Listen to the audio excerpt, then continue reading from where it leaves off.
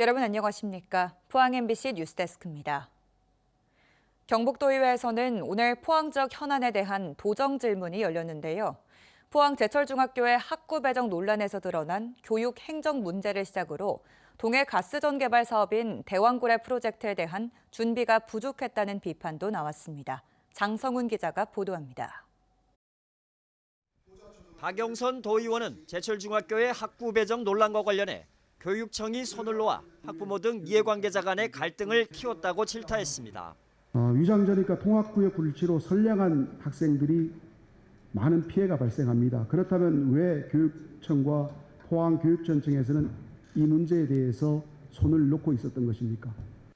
교육청은 관리 소홀을 인정하면서도 통학구역 불일치에 해당하더라도 강제 전학은 어렵다는 입장입니다. 이사를 왔다가 다시 이사 가더라도 그 학생들의 그 교우 관계나 이런 것들을 보호하기 위해서 학생은 두고 가는 경우가 있는데 강제로 이 학생을 전학 보낼 수는 없는 그런 법적인 자문이 있습니다. 포항교육지원청이 최근 학구 배정에 대한 행정 예고를 발표하면서 교육청이나 의회와 제대로 소통하지 않은 것도 도마에 올랐습니다. 동해 심해 가스전 개발 사업인 대왕고래 프로젝트를 경북 발전의 기회로 살리지 못했다는 비판도 나왔습니다. 배우 항만으로 부산신항이 선정된 건 결국 포항 영일만항에 대한 투자가 지지부진한 탓이라며 항만 확장과 배우단지 인프라 확충이 시급하다는 겁니다. 경북은 영일만 앞바다를 내어주고 눈앞에서 벌어지는 대형 사업을 구경만 할 처지가 되었습니다. 석유공사 사장을 직접 찾아가서 우리 영일만 항을 이용해라 사정했습니다. 그런데 아까 보시다시피 준비가 덜 됐습니다. 우리가 준비가. 그래서 빠른 시간 내에 영일항이 제대로 되면은 여기서 가깝기 때문에 할 수밖에 없다. 그거는 다짐을 받아놨고 우리가 제도적으로 다 해놨습니다. 기후 변화로 인해 경북 농업의 아열대화가 빠르게 진행되고 있지만 행정이 변화를 따라가지 못한다는 지적도 나왔습니다. 기후위기에 대응해 품종을 연구하고 재배 기술을 지원할 연구소 하나 없는 것이 현실입니다. 그동안 수차례 질의를 통해 추진을 요청했지만 움직이면 더디고 답변은 소극적입니다. 이 밖에 이번 도정 질문에서는 영일만대교 조기 건설과 소나무 재선충 피해 대책 등 지역 현안에 대한 다양한 질의와 의견이 제시됐습니다. MBC 뉴스 장성훈입니다. 포스코 노사가 11차례 임금 협상을 벌였지만 입장 차이를 좁히지 못해 중앙노동위원회로부터 조정 중지 결정을 받았습니다. 이에 따라 대표 교섭노조인 포스코 노동조합은 쟁의권을 확보하게 됐고 오는 25일 조합원을 대상으로 쟁의행위 찬반 투표를 실시할 예정입니다. 노조는 기본급 8.3% 인상, 경력금 300% 지급 등을 요구하고 있고 회사는 기본급 8만 원 인상, 일시금 600만 원 지급 등을 고수하고 있습니다. 1954년 독도를 침탈하려는 일본의 무장순 시함과 주민들이 격렬히 싸운 독도 대첩이 일어난 지 올해로 70주년을 맞았습니다.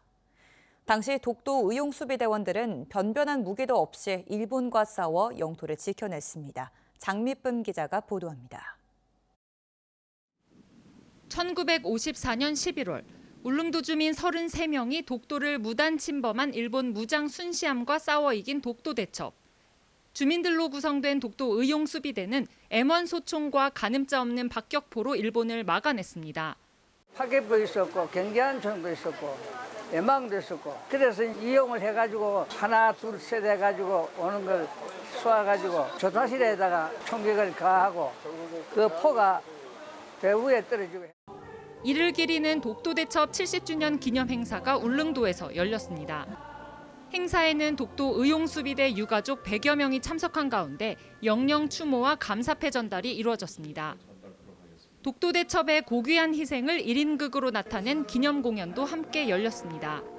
이분들의 그 노력과 헌신으로 지켜져 온 독도의 중요성을 알리고 이 독도가 후세대에게 지켜지기를 바라는 마음에서 이 행사를 준비를 했습니다. 일본이 다시는 독도를 불법으로 침범하지 못하게 만든 독도 의용수비대의 헌신과 희생, 경상북도는 열악한 상황에서도 일본의 영토 침략에 단호히 맞선 이들의 뜻을 이어받아 독도를 확고히 지켜나가자고 밝혔습니다. MBC 뉴스 장미쁨입니다. 경주시가 2조 250억 원 규모의 내년도 본예산 편성안을 시의회에 제출했습니다. 올해 본예산과 비교해 6.5% 늘어났으며 사상 최대 규모입니다. 경주시는 내년 에이펙 정상회의 개최와 장애인, 노인 등 취약계층 지원, 서민 경제 안정을 주요 예산 편성 방향으로 설정했다고 밝혔으며 예산안은 시의회 정례회를 거쳐 다음 달 10일 확정됩니다. 지난 10일 화재가 발생한 포항제철소 3파이넥스 공장이 화재 복구를 마치고 지난 19일부터 가동을 시작했습니다. 현재 조업 안정화를 위한 모니터링을 진행 중인 상황으로 쇳물 생산까지는 시간이 걸릴 것으로 보입니다.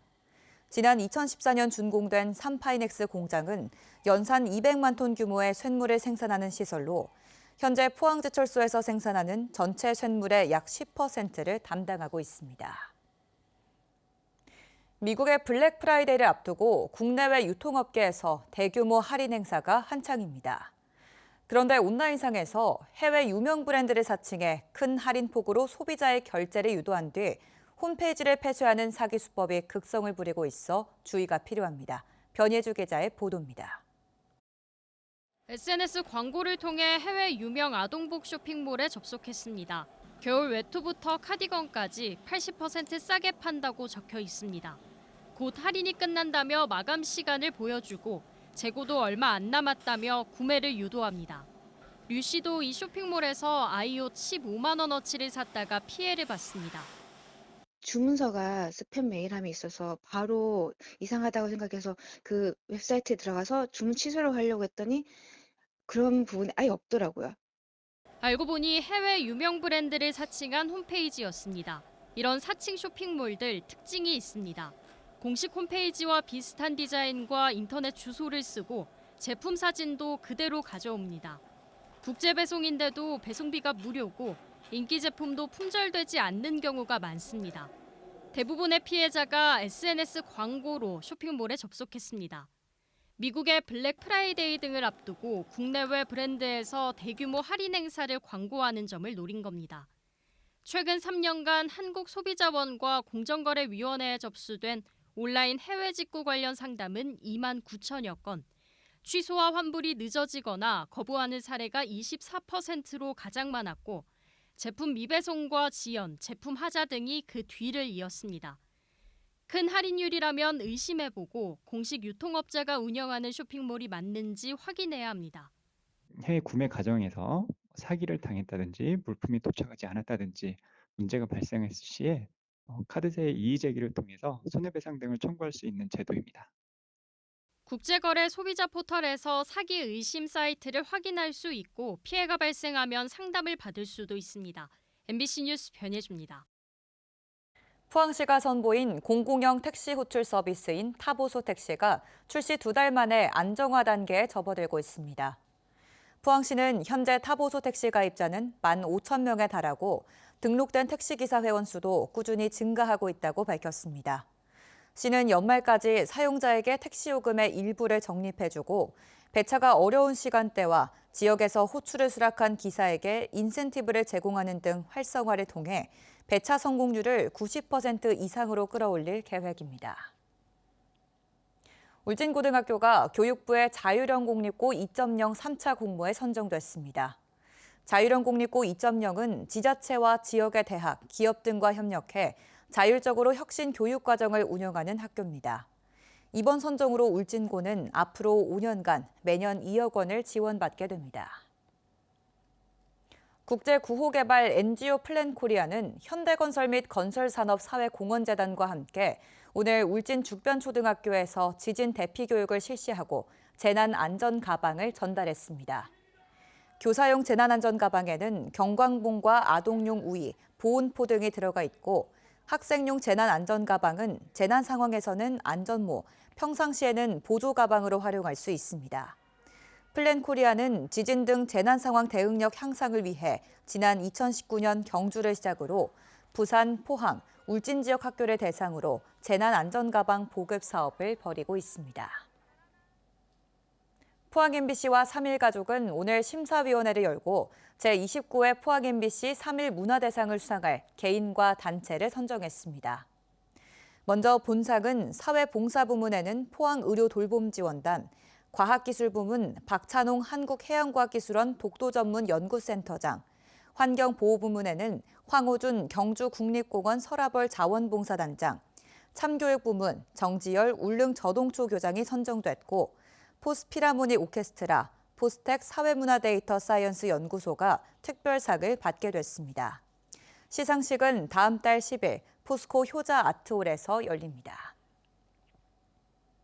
자동차 정기검사를 제때 받지 않거나 의무보험에 미가입한 운전자가 상당한 것으로 나타났습니다.